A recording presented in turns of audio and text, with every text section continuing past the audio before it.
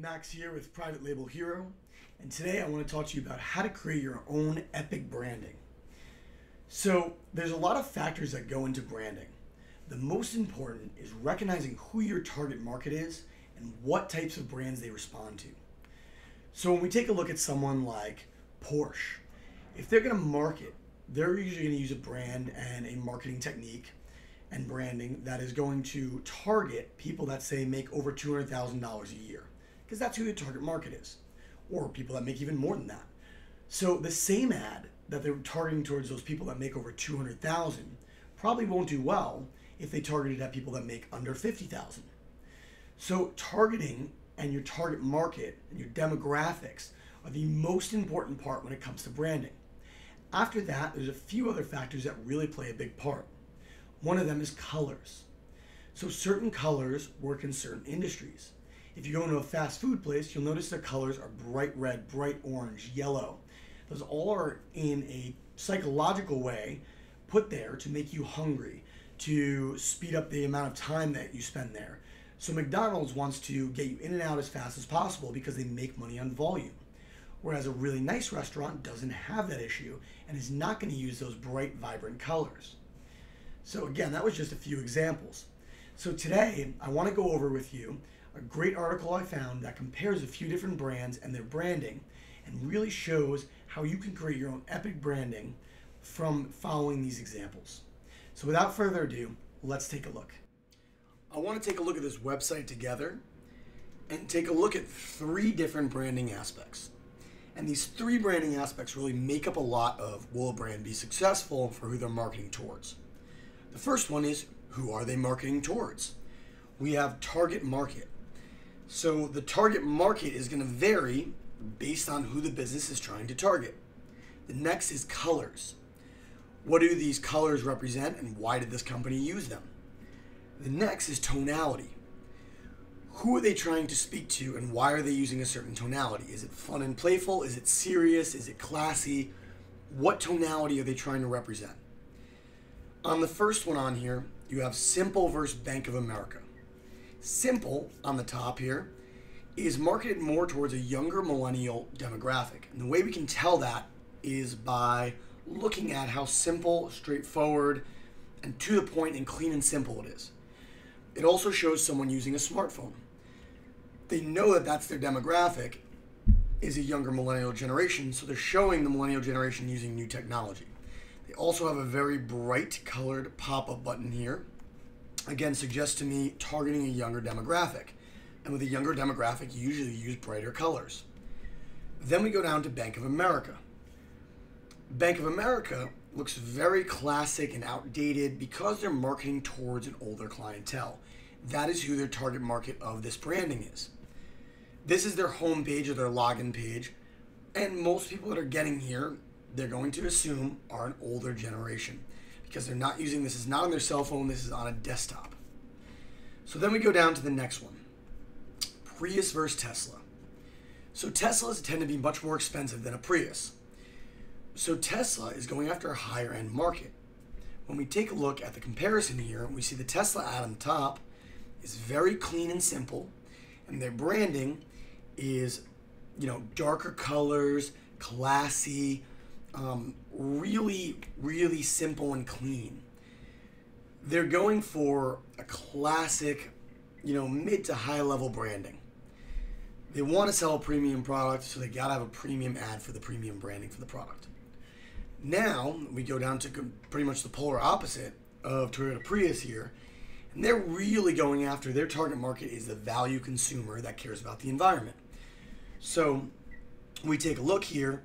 More green for less green, green ad, has the prices right on it where there's no price on the Tesla. That's who they're trying to convey to. They're trying to convey an eco-friendly car at a value price, rather than Tesla is conveying a much higher class product, but they don't even put the price because the people that are going to buy that aren't as concerned about the price. So the coloring here too, we see cool classic colors. Here they made everything green. We go down next, Delta versus JetBlue branding. So the first one we have is JetBlue. definitely going after a millennial market. We can tell by the font here. The font is kind of fun and playful. It's not going after a higher end market. The light blue colors are basically to make people psychologically feel at ease. And the reason they're doing that also, I believe, is because they're an airfare brand, and some people get nervous while flying, so they can associate JetBlue with a safe flight as well. So we go down a little further and we go to the Delta ad here, and now again we see a polar opposite. So the Delta ad, clearly here, the target market just by the text alone is a higher end clientele. Our newest international destination, California, business elite service to LAX and San Francisco. Business class, no pricing. It's a black and white ad. That's the coloring there, and it just pops with the Delta coloring, which I love. That is, again, it's very classy. The higher end market is going to resonate with that. If you're going after an exclusive ad using in black and white with a little bit of color pop like that, is great branding technique. Not so much usually on the actual packaging, but on your ad branding, that's a great way to do it. So we go down a little further, and we take a look at Chipotle versus Taco Bell. Now, Chipotle is a little more expensive than Taco Bell, but it's still not really a high-end market. So let's take a look. If we look at the ad here, the first thing I'm seeing here is a value market. They're displaying 89 cents as the price right on the front of it. They're looking for that value customer. The other way we know we're looking for a younger value customer is by the coloring. We have this light blue and very pop coloring. Someone who's an older market, 50, 60 years old, is probably not going to resonate with that as well as someone who's 20 years old. They see that, it's similar to a commercial they've seen on television, it pops, it really resonates with them. Now we go down to the Chipotle one here, and their ad text is, we're not afraid to say we're real chickens. Meaning they use real chicken in their meat. And here you have a picture of the food and all the stir fry. The coloring here conveys to an older audience. So if we look at the neutral coloring here comparatively to the bright pop color here, the older audience, someone in their 30s, 40s, is going to probably resonate better with this ad just based on the coloring than this ad here. So when you're doing your branding, that's always something you want to keep in mind. And you can look this up, and there's tons of studies that will tell you, whoever your demographic is, what colors resonate with them. And also it depends on if your product is a food product, if your product is a dog product, if your product is a car product. There's different colors that have psychologically been proven to sell well in those industries. But there's also within each of those industries colors that would do better based on age and demographic. So let's go down a little further. This is always a good one, Gillette versus Dollar Shave Club. When we take a look at Gillette versus Dollar Shave Club, I never personally was a fan of Gillette's branding. When I look at this here, I see someone holding up a razor, so okay, I know the company's, and they talk about World Shave. I know the company sells razor blades. A man probably in his early 30s, late 20s. But what does that really say to me? What is, there's no special coloring. There's nothing that ad really conveys to me about who Gillette is. Who is their target market? I don't know, men in their, early 20s or late 20s or early 30s. Doesn't really say much to me here. Now the opposite is when I go down to Dollar Shave Club. So I take a look at Dollar Shave Club branding, and they have a poster on the wall. Our blades are effing great. Okay, it's comedic, it's funny, it's going to resonate really well with the younger generation. They're also saying, that their blades work really well, but we know by the name of the company, Dollar Shave Club, that even though these blades are great, they also convey a value brand. So we're not conveying a very high-end brand, but we're saying that you can get a value brand and it still is great quality. And it's funny and it's nichey, and you see here too the coloring. So it's kind of neutral colors here all through the thing, and wherever they want your eye to go to, they're using a brighter color here. So my eyes immediately go to the sign, which is what they want you to read anyway, and laugh a little bit and kind of resonate with that ad. So Dollar Shave Club, it's a great ad. Great for millennials or even a little bit older. Next one, we take a look at Trader Joe's versus Whole Foods. Now, Trader Joe's is a middle-class brand. Their grocery store is actually all private labeled, which is very cool. And they actually have really good products. I shop there personally. And we take a look at their signage here, and their ads, and basically you have big bold lettering and your eyes immediately go to new and unique because that's what they want to show you. So neutral colors, a light blue, again comforting, and they bring you to new and unique because your eyes pop directly to that. Items for your enjoyment. It's kind of nichey, it's kind of funny. It resonates, actually Trader Joe's resonates with a wide demographic, but it's not going to be your very high-end clientele. It's going to be your middle class.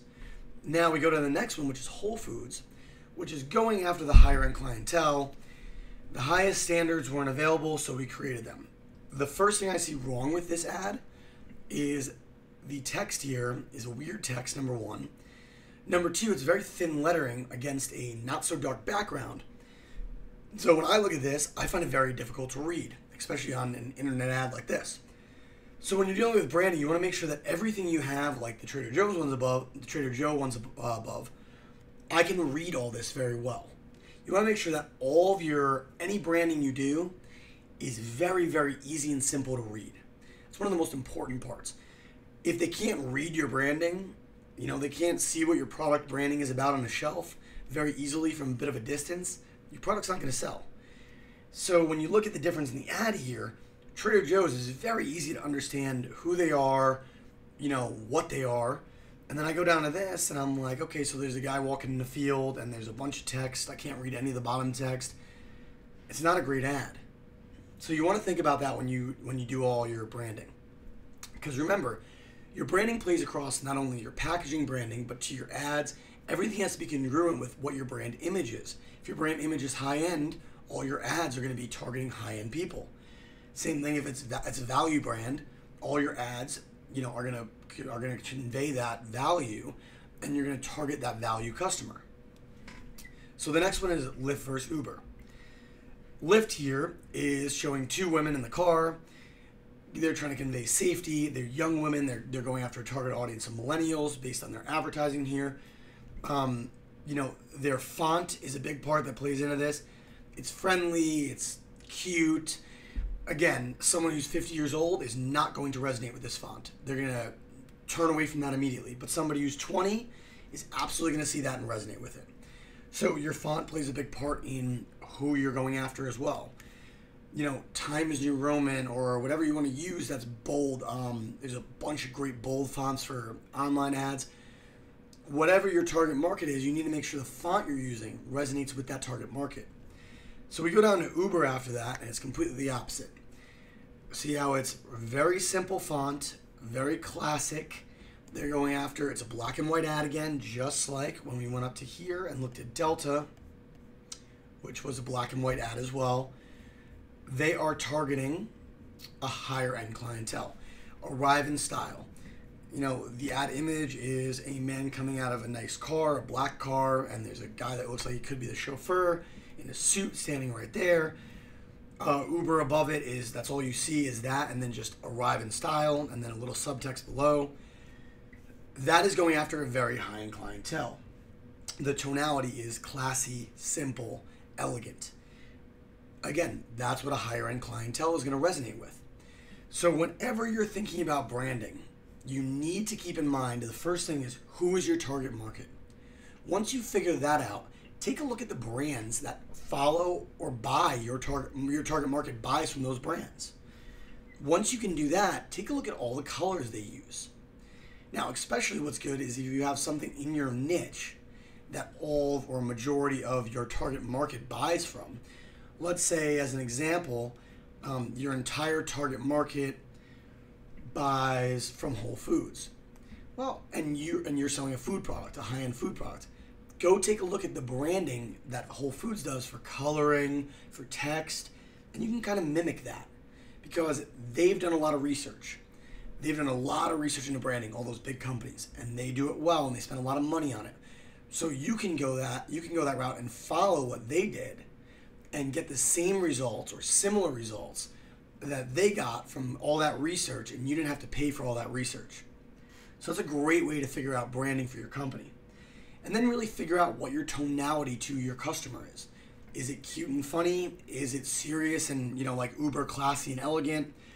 What is the tonality of the message you're getting across? Don't think of tonality in speaking language. Think of tonality in written. So if you're trying to convey, like right here, trying to convey safe, friendly, easygoing, look at the font. It's kind of nichey, it's kind of cute, and it's your friend with a car. That, is the tonality that they're conveying. And then the difference in the tonality here, arrive in style. It's classy, it's elegant, it's simple. Whatever you're doing, you need to make sure those 3 points really line up. The most important of the whole thing, though, is making sure that your target market, that you're advertising correctly to your target market, that you understand who your target market is and what type of products they buy. If you can do that, you're on the right path. And then look at the colors and the tonality. All right, guys, if you have any questions on branding, specific questions, anything else, please feel free to leave the questions in the comment box, and I'll respond to it as soon as I can.